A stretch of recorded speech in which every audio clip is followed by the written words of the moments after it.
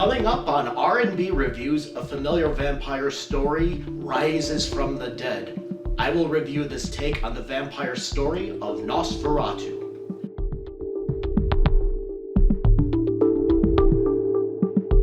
Hello, I'm Rob. Welcome to R&B Reviews. Nosferatu has a long history. It started out as a 1922 German silent film loosely based on the Bram Stoker novel Dracula. And because the filmmakers didn't get the rights, the characters' names were changed and the setting was moved to Germany rather than England in an attempt to prevent legal action, which failed. Although the prints were supposed to be destroyed per the terms of the settlement, it managed to survive and has been hailed as a horror classic even today.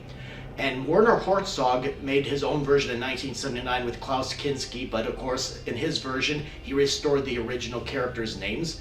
And I also found out that there was a low-budget version that came out in 2023. I was really excited to see this version, although I kind of found it interesting that it was released here in the US on Christmas Day of all days. Now, this version was written and directed by Robert Eggers, and it's based on the 1922 screenplay using the German character names and locations. It's set in 1830s Germany, and Nicholas Hoult plays a realtor, Thomas Hutter, who is sent to Transylvania to meet with a mysterious Count Orlok, who is interested in purchasing a home. Back home, Hutter's wife Ellen suffers from bouts of sleepwalking and seizures because Orlok is actually an undead vampire, or Nosferatu, and he becomes infatuated with her and sees her as his soulmate.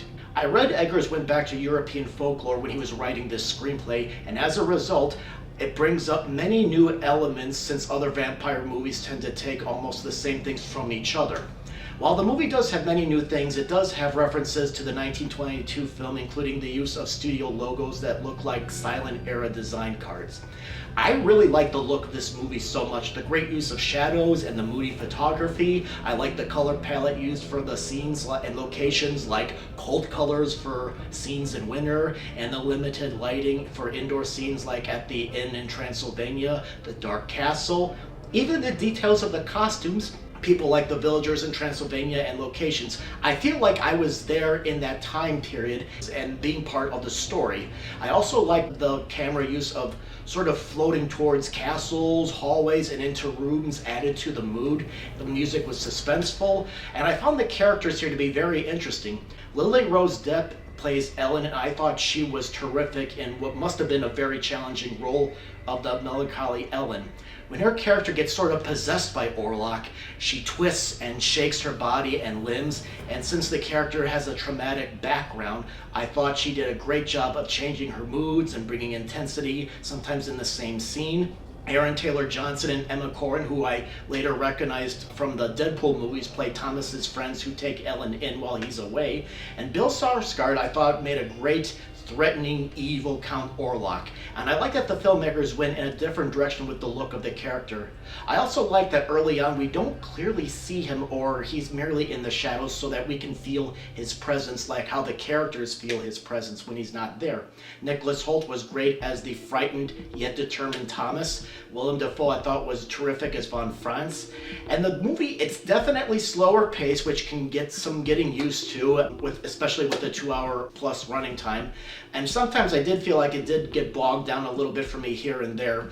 But the movie, it's definitely an art house movie rather than a mainstream horror movie. But I would say if you're looking for something different, I recommend giving it a look.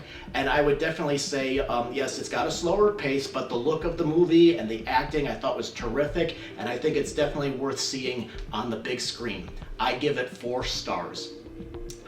Alright, that's my review of Nosferatu. Please put your comments in the comment box below of what you thought of the movie. Did you like it? Did you think it wasn't for you? And please check out some other movie reviews that you can watch in the theater or perhaps in the comfort of your own home. There's mainstream movies, there's classic movies, all kinds of stuff for you to look at. And please hit the subscribe button to be a subscriber, and please hit the like button if you liked this video.